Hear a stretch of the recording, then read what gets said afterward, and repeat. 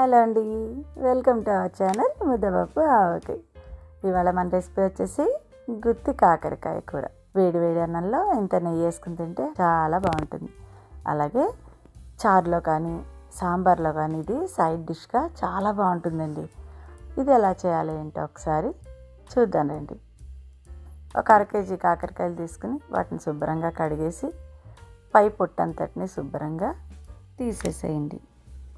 కాకరకాయకి మధ్యలో ఒక ఘాటు పెట్టుకుని లోపల ఉన్న స్టఫ్ అంతటిని శుభ్రంగా తీసేసేయండి. ఆ గింజలు అవి ఏం లేకుండా అలా అన్ని కాకరకాయలు రెడీ పెట్టుకోండి. ఒక గిన్నెలో కొంచెం పసుపు వేసుకుని అలాగే కొంచెం సాల్ట్ కూడా వేసేసుకుని ఈ కాకరకాయలన్నీ అందులో వేసి శుభ్రంగా మరగనివ్వండి.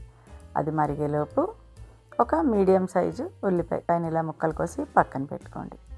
ఇప్పుడు బాండీలో ఒక 2 స్పూన్లు ఆయిల్ వేసేసుకుని పావు కప్పులో సగం శనగపప్పు, అంతే మినపప్పు, అంతే ధనియాలు, ఒక అర టేబుల్ స్పూను జీలకర్ర, ఒక అర టేబుల్ స్పూన్ ఆవాలు, అలాగే ఒక 6 ఎండుమిరపకాయలు వేసుకుని పోపు అంతా బాగా వేగే వరకు వేయించుకోండి.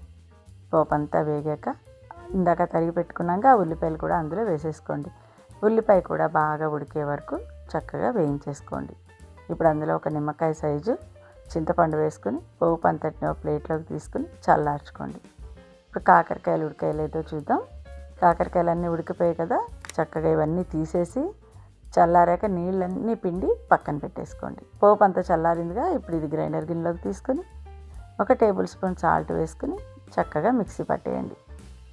అలాగే మిక్సీ అయిపోయాక ఒక టేబుల్ స్పూన్ కారం కూడా వేసుకుని మళ్ళీ మిక్సీ తిప్పేసి దాన్ని పక్కన పెట్టేయండి.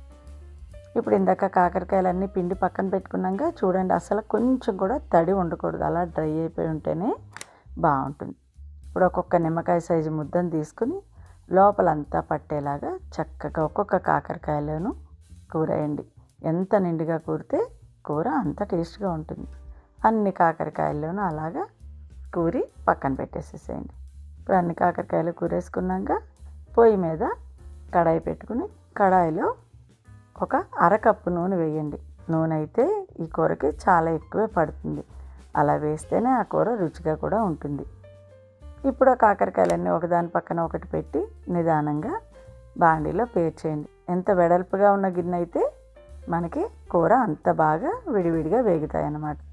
అలా అన్నీ పెట్టుకుని మూత పెట్టుకుని దాన్ని అలా ఒక 10 నిమిషాలు వదిలేయండి.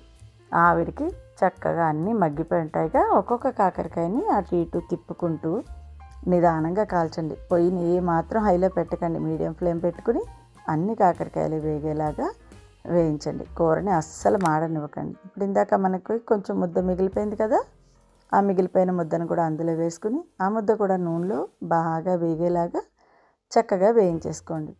ఇప్పుడు కారం మాడకూడదు, కాకరకాయలు కూడా మాడిపోకుండా దగ్గరుండి నిదానంగా కూరను వండుకోండి. ఏమాత్రం అటు ఇటు అయినా కూర టేస్ట్ అస్సలు బారాదు. అన్ని కాకరకాయలు నిదానంగా వేయించుకున్నాక ఒక్కొక్కటి తీసి ప్లేట్లో సర్వ్ చేసుకోండి. ఈ కూర చాలా బాగుంటుంది. ఇది కనుక మీకు నచ్చితే లైక్ చేయండి, షేర్ చేయండి, సబ్స్క్రైబ్ చేయండి. అలాగే మీ కామెంట్స్ని కూడా మాకు తెలియచేయండి.